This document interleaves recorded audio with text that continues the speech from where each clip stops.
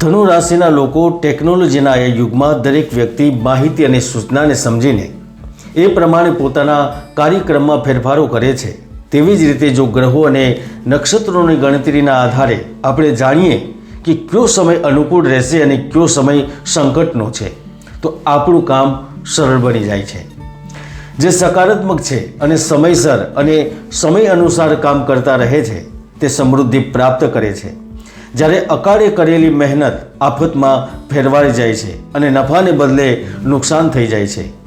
જો તમે પણ માર્ચ મહિનામાં સકારાત્મક રીતે કામ કરો છો, તમારામાં આત્મવિશ્વાસ રાખીને પૂરા પ્રયાસો કરો છો તો તમે ચોક્કસપણે સફળ થશો, કારણ કે આ મહિને કંઈક તો મોટું થવાનું છે।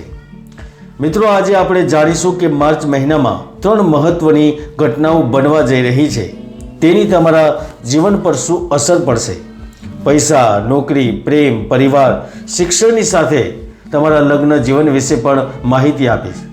તમને આ માહિતી ગ્રહોની ગોચરીય સ્થિતિના આધારે મળશે, તો આ વિડીયો ધ્યાનથી સાંભળવાનો નથી પણ ધ્યાનથી સમજવાનો પણ છે, કારણ કે માર્ચ મહિનામાં પરિવર્તન આવી રહ્યું છે। એના 2 કારણ છે। એક તો તમારી કુંડળીની અંદર મંગળ અને શુક્રના કારણે ધનયોગ બની રહ્યો છે, તો બીજું કારણ 11મી ફેબ્રુઆરીથી શનિદેવ તમારી કુંડળીમાં અસ્ત થઈ ગયા છે અને હવે 18 માર્ચ પછી તે જાગૃત થશે, તો તે તમારા જીવનમાં કેવી પરિસ્થિતિઓ બનાવશે આના વિશે આપણે જાણીશું, ચર્ચા કરીશું અને તમને હું જણાવીશ। મિત્રો, જ્યારે પણ આવી સ્થિતિ બને છે ત્યારે દેશ અને દુનિયામાં મોટા ફેરફારો થાય છે। યુદ્ધ, વિસ્ફોટ જેવી પરિસ્થિતિઓના કારણે જનતાને અસર થાય છે। કેટલીક જટિલ બીમારીઓ લોકોને પીડા આપે છે। રાજકીય ઉગ્રતાની સાથે અશાંતિની પરિસ્થિતિઓ બને છે। નવા ગઠબંધન અને શેર બજારમાં મોટી વધઘટ સાથે ભૂસ્ખલન થાય છે। તો ચાલો જાણીએ કે ધનુ રાશિફળ માર્ચ 2024। વૈદિક સાધના આધ્યાત્મિક કેન્દ્રમાં હું જૂનાગઢથી પ્રદીપ મહેતા આપ સૌનું હાર્દિક સ્વાગત કરું છું। જય ગુરુદત્ત, જય ગિરનારી। તમારી રાશિના સ્વામી ગુરુ છે અને તેના ઉપર મૂળ ત્રિકોણ રાશિમાં બેઠેલા શનિદેવની પૂર્ણ દ્રષ્ટિ પડી રહી છે।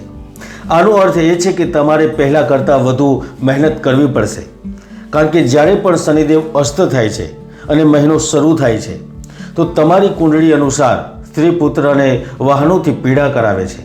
ખેતીથી નુકસાન, હૃદયરોગ, મોઢા અને આંખ સંબંધિત પીડા, સંબંધોમાં અંતર અનુભવાય છે અને આવકના ક્ષેત્રમાં પણ કેટલીક મુશ્કેલીઓ આવે છે। મિત્રો, જ્યારે શુક્ર 7 માર્ચે ચોથા ભાવમાંથી નીકળીને 5મા ભાવમાં પહોંચશે ત્યારે તે તમારા અવરોધિત રસ્તાઓને ખોલી દેશે। તમે તમારા અંગત અને વ્યવસાયિક જીવનમાં સફળતા હાંસલ કરવાની દિશામાં આગળ વધશો। ઇન્ફ્રાસ્ટ્રક્ચર સંબંધિત કામ કરતા લોકોની યોજનાઓને પાખો લાગશે। તમારું વ્યવસાયિક જીવન પ્રગતિ તરફ આગળ વધવા લાગશે। એન્જિનિયરિંગ અને મેડિકલ ક્ષેત્ર સાથે જોડાયેલા લોકોને નવી તકો અથવા પ્રમોશન મળશે। અને જ્યારે 7 માર્ચથી 6ઠા ભાવમાં પહોંચેલ બુધ ગ્રહ 14 માર્ચથી સૂર્ય સાથે યુતિમાં આવશે ત્યારે તે સ્થાયી મિલકતની બાબતોમાં સકારાત્મક પરિણામ આપશે। જીવનસાથી સાથે પુનઃ મિલનની પરિસ્થિતિઓ ઊભી કરશે। સારો મિત્ર પણ કંઈ ખાસ લાગવા માંડશે। જો તમે જમીન, મિલકત વગેરે ખરીદવા પ્રયત્નો કરી રહ્યા છો તો તે પ્રયત્નો ફળદાયી પરિણામ આપવા લાગશે। નાના રોકાણથી તમને લાભ મળશે। જો તમે ઇલેક્ટ્રિક ઉપકરણો, સૌર ઉર્જાથી સંબંધિત કંપનીઓ સાથે બિઝનેસ અથવા સંબંધ ધરાવો છો તો તમને જલ્દી જ મોટો ફાયદો થશે। જો તમે તમારી પત્નીના નામે પ્રોપર્ટી ખરીદવા માંગતા હો અથવા વેચવા માંગતા હો તો તેનાથી પણ તમને લાંબા ગાળાનો લાભ મળશે। કેતુ ગ્રહ બુધના ઘરમાં વિરાજમાન છે, તેથી તે કોઈ નવું સાહસ શરૂ કરવામાં, જમીન મકાન ખરીદી કરવામાં તમારી મદદ કરશે। આ સ્થિતિ તમને પૈસાની દ્રષ્ટિએ પણ ધનવાન બનાવશે।